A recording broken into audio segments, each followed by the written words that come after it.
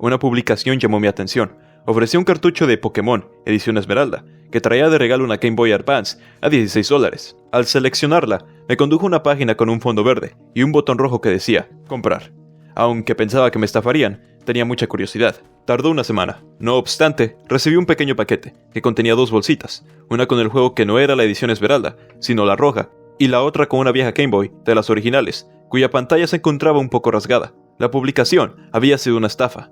Sin embargo, inserté el juego en la consola. Para mi sorpresa, exceptuando por el juego, se había saltado la introducción del menú. Este no tenía errores. Ya había una partida creada. El entrenador se llamaba No Escape. Y, aunque había obtenido todas las medallas, no poseía siquiera la Pokédex. Al escogerla, la pantalla centelló y dejó ver el mensaje: la partida está dañada. Creé mi propia partida. No obstante, la pantalla parpadeó y aparecí en mi cuarto.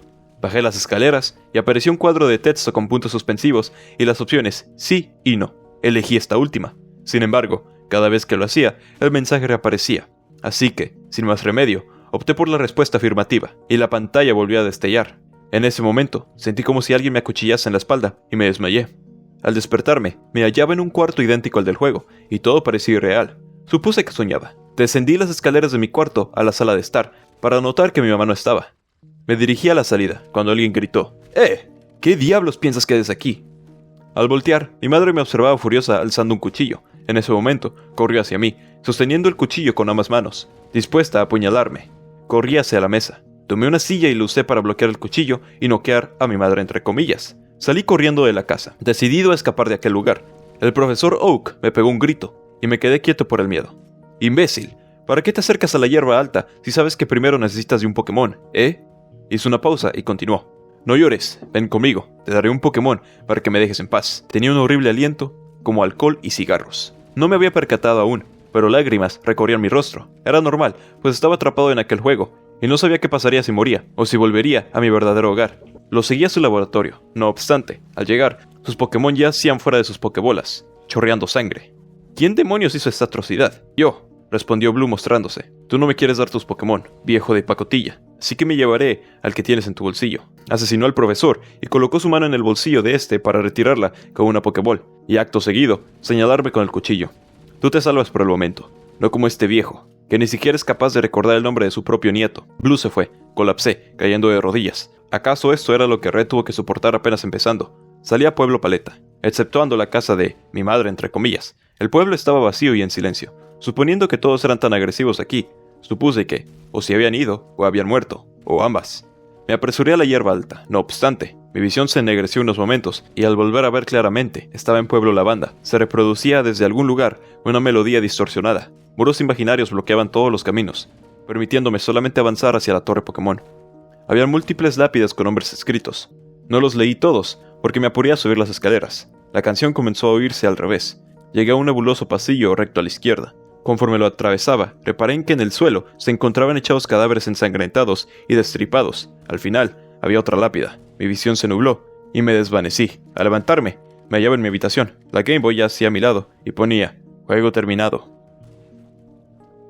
Un día, Ellie hizo una foto donde ella aparecía luciendo una bellísima sonrisa, en contraste con la expresión generalmente seria que solía mostrar en su rostro. En realidad, ella no recordaba haber trazado nunca una sonrisa tan dulce y no podía reconocerla como suya.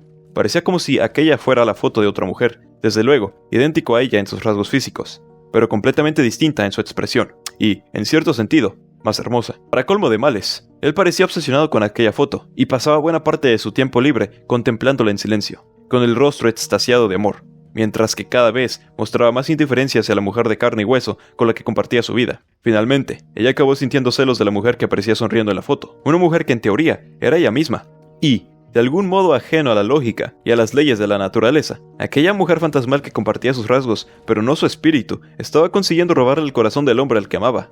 Por supuesto, ella no podía compartir aquellas inquietudes aparentemente absurdas con nadie, ni mucho menos con él, pero finalmente decidió actuar. Podía parecer una locura, pero nadie tenía por qué enterarse. Así un día, mientras él estaba afuera, ella tiró la foto a la basura, concretamente el contenedor azul que había cerca de su casa. No es raro que se pierda accidentalmente una simple foto que ni siquiera está enmarcada, y él nunca tendría motivos para sospechar de un acto deliberado por su parte. Así, una vez que la muchacha se hubo librado de su rival, entre comillas, decidió salir de compras para celebrarlo. Aquel día, él volvió tarde y cuando llegó a casa, unos agentes de policía estaban esperándolo para comunicarle una pésima noticia, que no habían podido darle antes, porque él se había dejado el móvil en casa. Una vez que él, a duras penas, consiguió reponerse de la impresión, el inspector le comunicó los detalles relacionados con la violación y el asesinato de su esposa. Según la confesión del criminal, un vagabundo con problemas psiquiátricos, había encontrado casualmente una foto de la víctima mientras se hallaba buscando cartón en el contenedor azul del barrio. Según sus propias palabras, la chica de la foto le había parecido tan hermosa que no había podido resistir la tentación de buscarla, y poco después la vio, cuando ella volvía a su casa tras hacer unas compras. Lo cierto es que entonces no le pareció tan hermosa como en la foto, pero la obsesión se había apoderado de él, y ya no había marcha atrás. La siguió, esperó a que entrara en la casa, y poco después entró él, tras forzar la puerta con una navaja.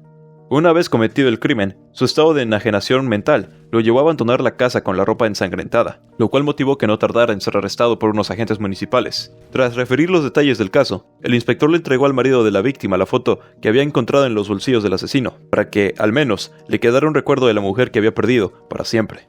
Una vez que él tuvo la foto en su poder, le echó una ojeada y se quedó sorprendido, porque de pronto le pareció que aquella ya no era la misma sonrisa dulce que él también conocía, sino la sonrisa siniestra de quien vea realizada su venganza.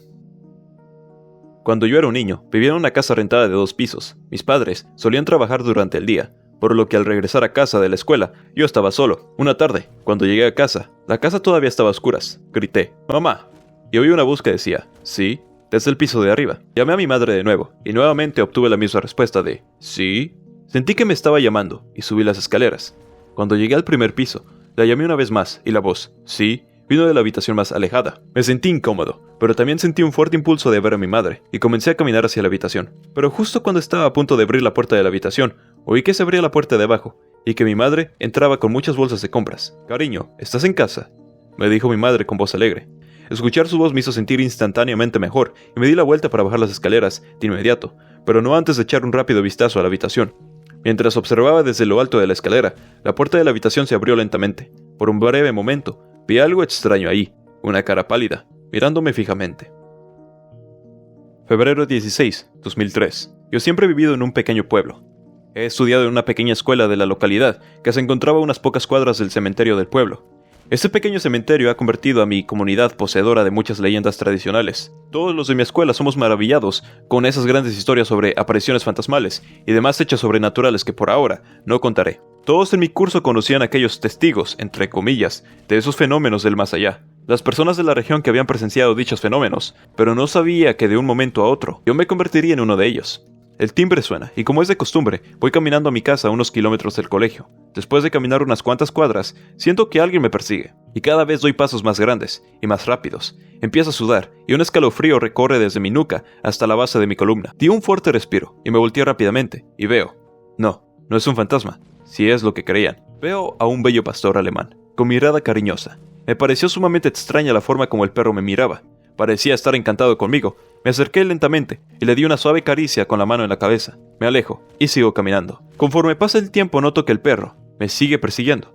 Si caminaba rápido, él también. Si me detenía, él también. Si cruzaba de una acera a otra, él cruzaba a mi lado. Me asusté un poco al pasar por el cementerio porque en un mínimo segundo relacioné al perro que me seguía con un fenómeno sobrenatural.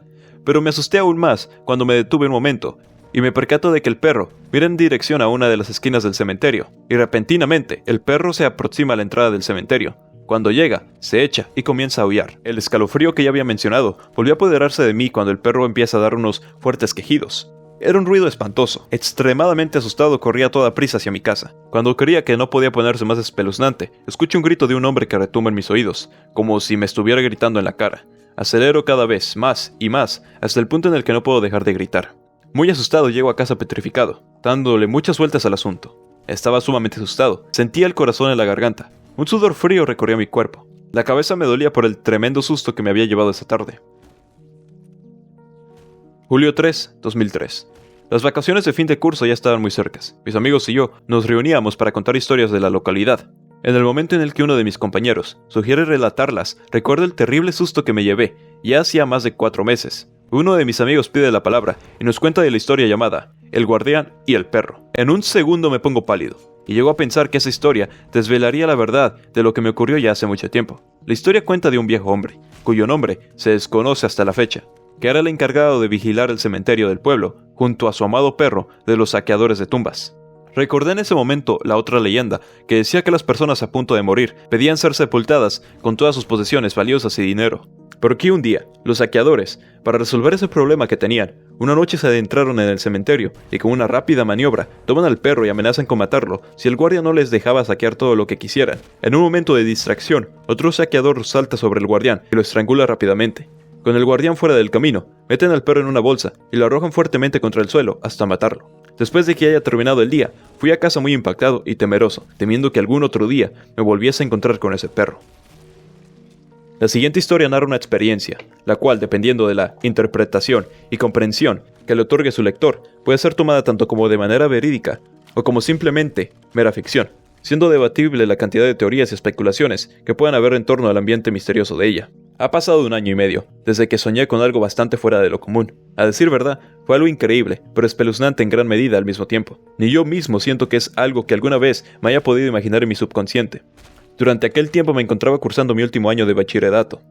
Y como el lector, o quien lo esté escuchando podrá imaginar, verdaderamente lo estaba pasando mal con tantas asignaciones y asuntos personales que me estaban carcomiendo la cabeza al nivel de dejarme con fuertes niveles de estrés y ansiedad, pensando en asuntos referentes a la escuela y al inevitable futuro que se me aproxima.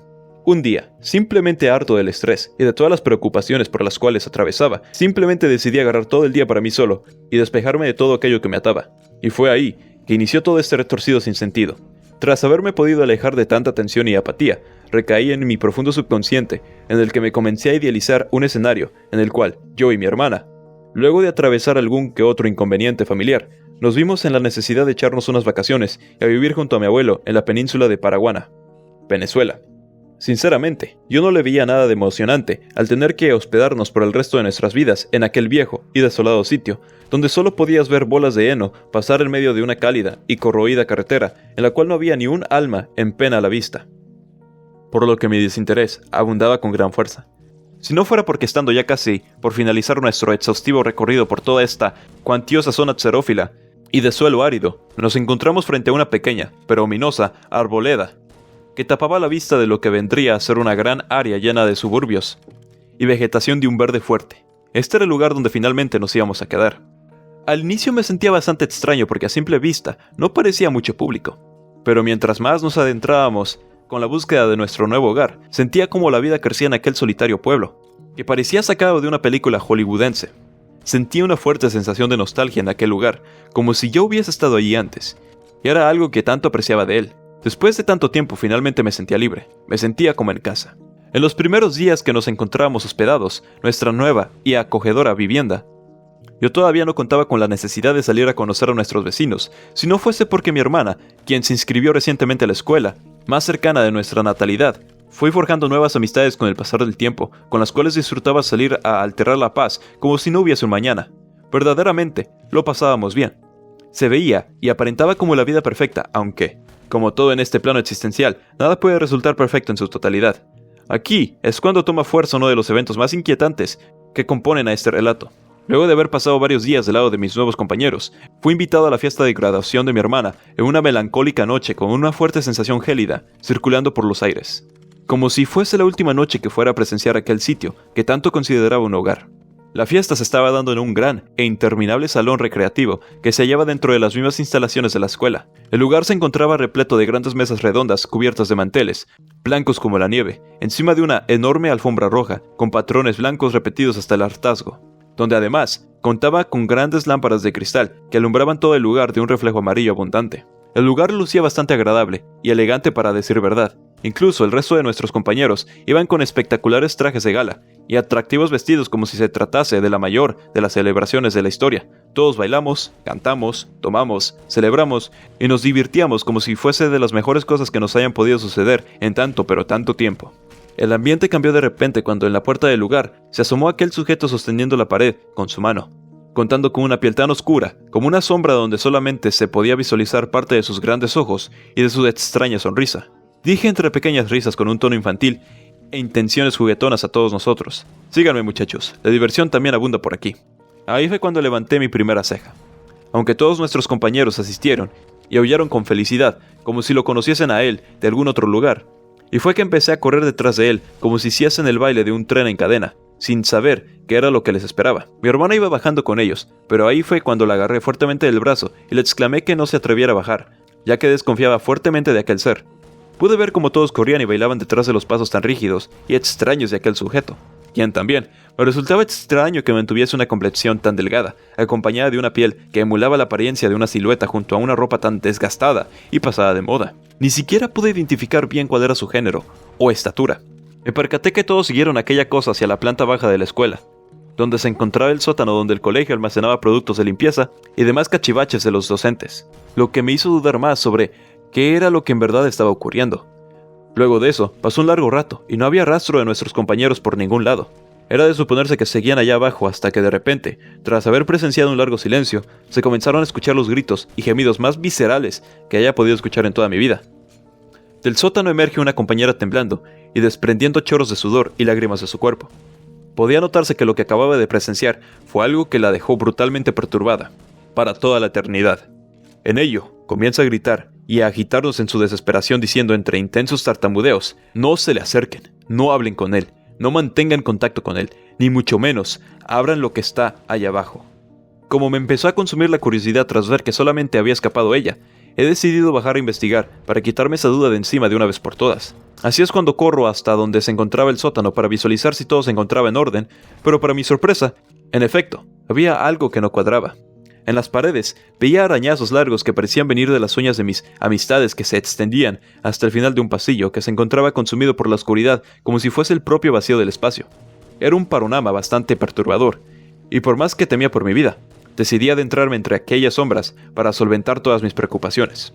En lo que me dirijo hacia la oscuridad del pasillo, solamente se pueden escuchar mis fuertes pasos sobre el concreto del lugar, mientras veo que a lo lejos hay una nevera vieja color menta, que desentonaba bastante con la oscuridad del lugar, como si fuese algo que me tentase abrirla. Justamente cuando abro la nevera, es cuando por fin se dio por finalizada toda esta escalofriante pesadilla, y solamente puedo opinar una cosa: ¿qué demonios fue todo eso? ¿Siquiera significó algo para mí? ¿Acaso aquel sujeto en mis sueños lo habré visto en algún otro lado? Me sigue resultando extraño del por qué fue que soñé esto, si nunca he sido tan fan del horror como para haber visto algo sacado de una película de terror. Y queda criterio de cada quien tratar de dar alguna explicación contra el avistamiento de este misterioso ser, que quizás solo habita en mi subconsciente. Esta anécdota ya la he dado a conocer a diferentes amigos y familiares en persona, con tal de hallarle el significado de este sueño entre comillas, y se debate mucho sobre de qué se pueda tratar. Entre ellos resuena bastante el hecho de que aquel sujeto pueda tratarse de la reencarnación propia de mi estrés y miedos más profundos, referentes a algún cambio que pueda tener. Aunque también se debate que podría tratarse de un demonio interno que me acechaba con tal de no aferrarme a un cambio. Y si se preguntan si tuve algún avistamiento posterior al sueño de aquel ser, la respuesta es que sí. Días después de que tuve el sueño, puedo jurar que en un ataque de ansiedad lo vi por unos segundos rescatado, viéndome fijamente desde la habitación de mi abuelo, sonriéndome hasta rápidamente desaparecer. De ahí en más, nunca lo he vuelto a ver. Seguramente, él vive en mi mente. Mis abuelos eran gente tradicional con una finca grande en medio de un cerro. Ir a su casa, por supuesto, era toda una aventura para los nietos, ya que mi abuela nos hacía pasar las noches en vela, con sus aterradoras historias de brujas y otros espantos. Una noche de aquellas, todos los nietos estábamos en la sala acompañados de nuestros padres y, por supuesto, mis abuelos. Mi abuela comenzó con sus historias de brujas y de todas las apariciones que había visto y oído en aquel lugar. Pasábamos un rato ameno y familiar. Pero llegó un momento en el que la bebida hizo su efecto y tuve que ir al baño. Después de varias historias de horror, ya estaba lo bastante sugestionado como para saber que el escenario que me aguardaba era sin duda el perfecto para ver alguna de las apariciones que contaba mi abuela. Baño de pozo, alejado de la casa, sin luz y con un inmenso árbol a su lado. Pedí a mi tía que me acompañara al baño, ya que mis padres estaban afuera conversando con otros de mis tíos. En principio mi tía no aceptó, y tuve que insistir hasta que logré convencerla. Para colmo de males, antes de salir al baño, mi querida abuela aprovechó el momento para darme un buen susto diciendo: «Uy, en ese árbol es donde se paran las lechuzas. A ver si no te chiflan», dijo riéndose. Salí pues del baño acompañado de mi tía, a quien intentaba sacarle plática para evitar sentirme solo, y también para distraerme del tétrico escenario. A regañadientes mi tía me contestaba, hasta que al fin llegamos al baño. Me metí en el cuartucho mal construido, y me di cuenta que además de orinar, ahora tenía otras necesidades, y tuve que aprovechar el momento ya que no pensaba volver a ir a ese baño en toda la noche. Me bajé los pantalones y empecé mi cometido. Escuchaba a mi tía moverse afuera y eso me tranquilizaba. «Tía, está bonita la noche, ¿verdad?», Ajá. Seguí con lo mío, hasta que algo me congeló la sangre. Por la rendija debajo de la cobija que cubría la entrada del baño, pude ver las patas de lo que parecía ser una cabra o una oveja. Con lo sugestionado que estaba, de inmediato vino a mi mente la idea de ver al demonio parado afuera de la puerta en cuanto la abriera. Tía, ¿qué es eso? Un chivo, respondió. Terminé de mis necesidades y tomé papel, mientras le preguntaba a mi tía. Es bien incómodo este baño, ¿verdad, tía? Apúrate, que tengo frío, me contestó. ¿Frío? En agosto. Había 35 grados, cabe aclarar. Y frío, en agosto. Había 35 grados, y mi tía tenía frío. Me pareció extraño aquello, ya que yo incluso estaba sudando. Moví la manta que cubría la entrada y salí. Tía, ¿cómo que tiene frío si hace bastante calor? Me quedé helado cuando miré hacia la ventana de la casa y alcancé a ver a mi tía sentada en la sala, conversando con los demás. Pero lo peor de todo fue cuando alguien detrás mío respondió a mi pregunta. Tengo frío, por el calor que paso en el infierno.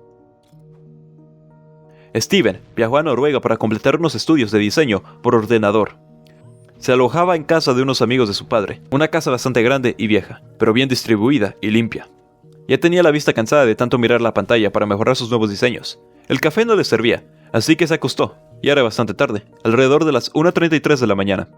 Cayó en un sueño profundo enseguida, pero en el transcurso de la noche la puerta del armario se empezó a abrir, oyéndose un gran chirrido que despertó a Steven. Ese se levantó y miró dentro del armario. Como no vio nada, lo cerró y se acostó de nuevo. 2 noches pasaron después de eso, y le volvió a pasar, pero esta noche era peor.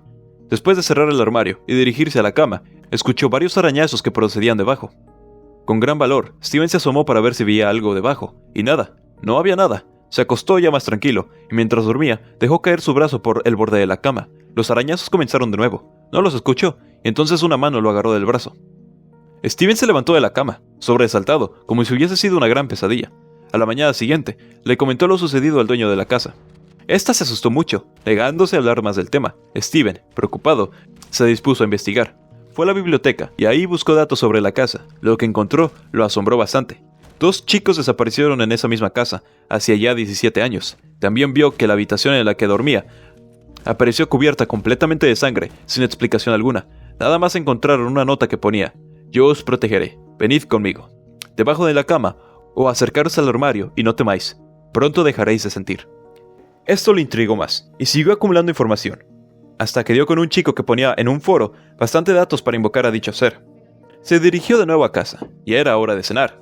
Fue directo a la habitación donde terminó sus deberes, y se echó de nuevo en la cama, esta vez pensando en los comentarios que había visto. Sin aguantar la curiosidad, se levantó y se puso a intentar hacer el ritual que había en dicha página. Colocó 2 velas de color oscuro cerca de la cama, y se sentó en el suelo. Abedís, sal, y enseña tu gran sonrisa. 5 veces tal y como ponía.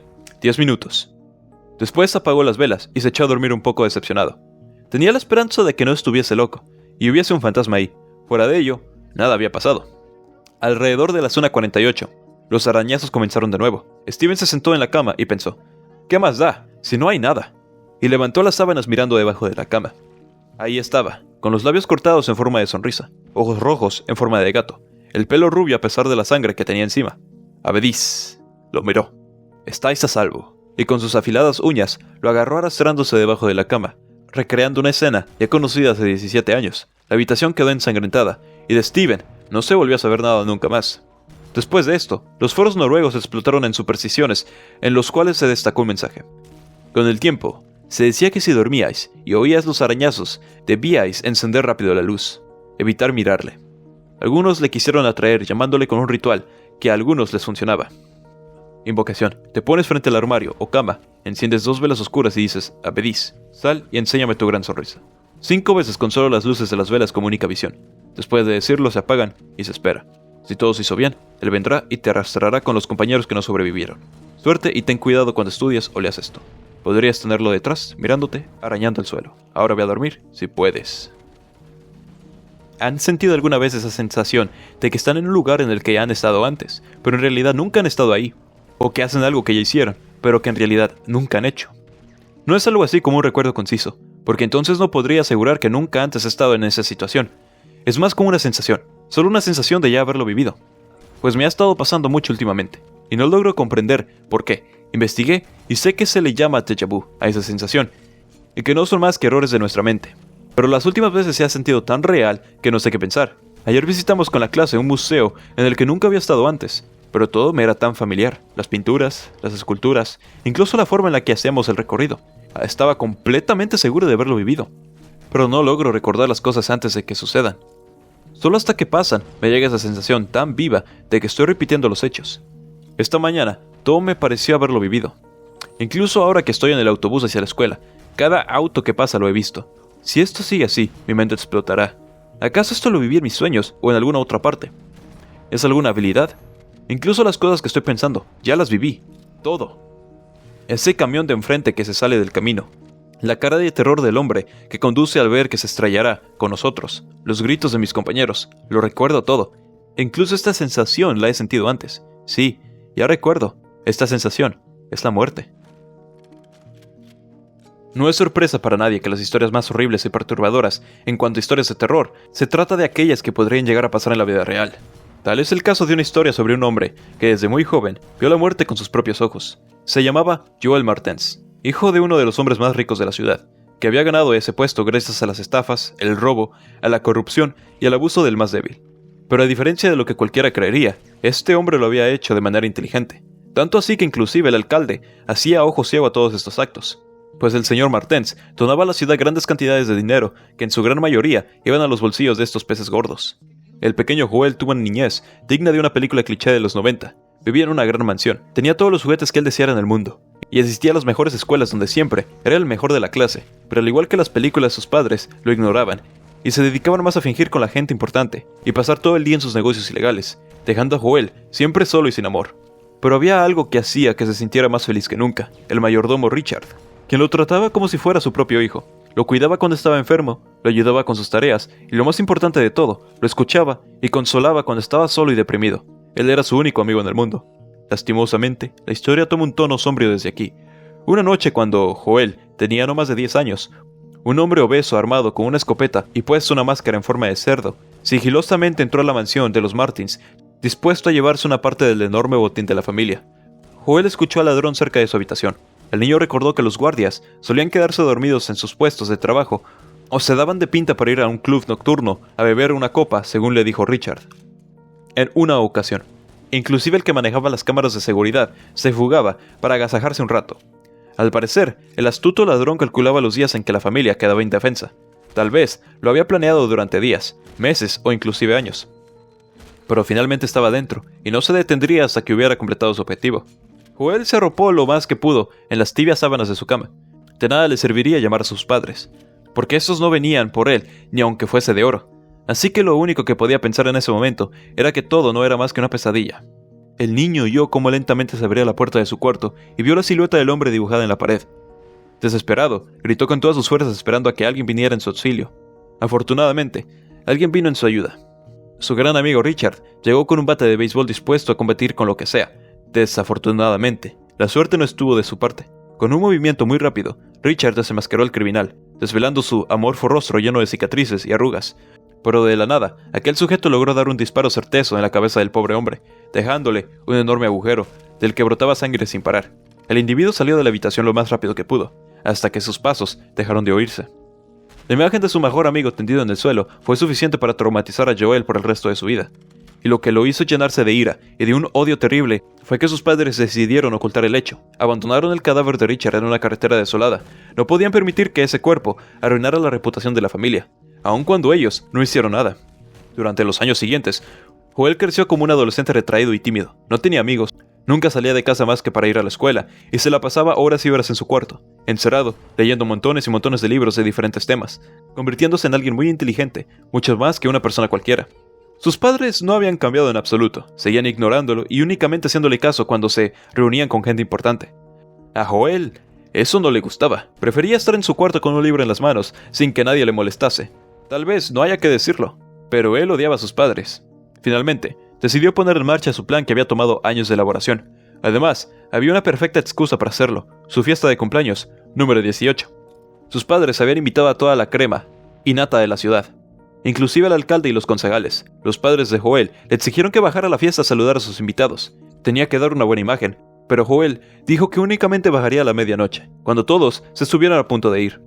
Sus padres aceptaron la oferta. A fin de cuentas jamás notaban que estaba ahí. Bajaron a la fiesta y bebieron champán, whisky, ron y toda esa clase de manjares que solo los ricos se pueden permitir. Siguieron así hasta que, a la medianoche, exactamente, uno de los invitados cayó de bruces en el suelo y violentamente se agitó en el suelo hasta que finalmente murió. Le siguió otro y otro hasta que todos los invitados, menos los anfitriones, terminaron muertos con una espuma saliéndoles de la boca. Horrorizados, los padres decidieron llamar a la policía, pero la línea estaba muerta. Optaron por usar sus celulares, pero una extraña y macabra canción empezó a sonar, interrumpiendo el proceso. Feliz cumpleaños a mí, feliz cumpleaños a mí. De las sombras surgió una figura vistiendo un uniforme de mozo, y aunque al principio parecía que se trataba de un hombre, cuando la luz le tocó, se dieron cuenta de que era un esqueleto, con un hoyo en la cabeza colgando de unas cuerdas que le suspendían del techo. Y aún más inquietante, llevaba en sus manos un pastel mojoso y lleno de gusanos con la inscripción: Feliz cumpleaños, Joel. La música se detuvo abruptamente y por las escaleras bajó el hijo de Martens, llevando una horrible máscara de cerdo, con una escopeta en sus manos y un líquido extraño en unos tubos de ensayo. Con una risa diabólica, se acercó a sus padres, alegando que fue él quien envenenó a sus invitados y que había calculado exactamente cuál bebida no envenenar para que sus padres siguieran vivos todavía. Alegó que eso era lo que había querido siempre, ver a su familia reunida y a su mejor amigo llevándole un pastel para celebrar el maravilloso evento. Completamente loco, obligó a sus padres a punta de escopeta a que comieran el pastel que él mismo había preparado y que lo había hecho con mucho amor. Su madre, desesperadamente, corrió hacia la puerta tratando de escapar de su insano hijo. Pero cuando estaba a punto de huir hacia la libertad, del suelo salió un brazo mecánico que Joel había puesto por si ocurría esto. No en balde, había estudiado tanto sobre el tema. Con lágrimas en los ojos, ambos engulleron al horrible pastel mientras su hijo tarareaba feliz cumpleaños una y otra vez. Cuando aquel horrífico acto terminó, amordazó a sus padres, los desnudó, les cortó la lengua, con una exactitud quirúrgica increíble, y les abrió el estómago haciendo todo lo posible para que estuvieran conscientes, y procedió a explicarles que aquel líquido que llevaba era un ácido que destruiría tejido en cuestión de segundos. Los obligó a beberlo, y Joel contemplaba cómo sus órganos se iban derritiendo poco a poco sin dejar rastro alguno. Cuando sus padres ya habían perecido, tomó unas bombas que logró hacer en su pequeño laboratorio de químico, y procedió a lanzarlas contra la casa, quemando toda evidencia de su horrible acto. Han pasado 10 años de aquel acontecimiento. Nadie sabe el paradero de Joel.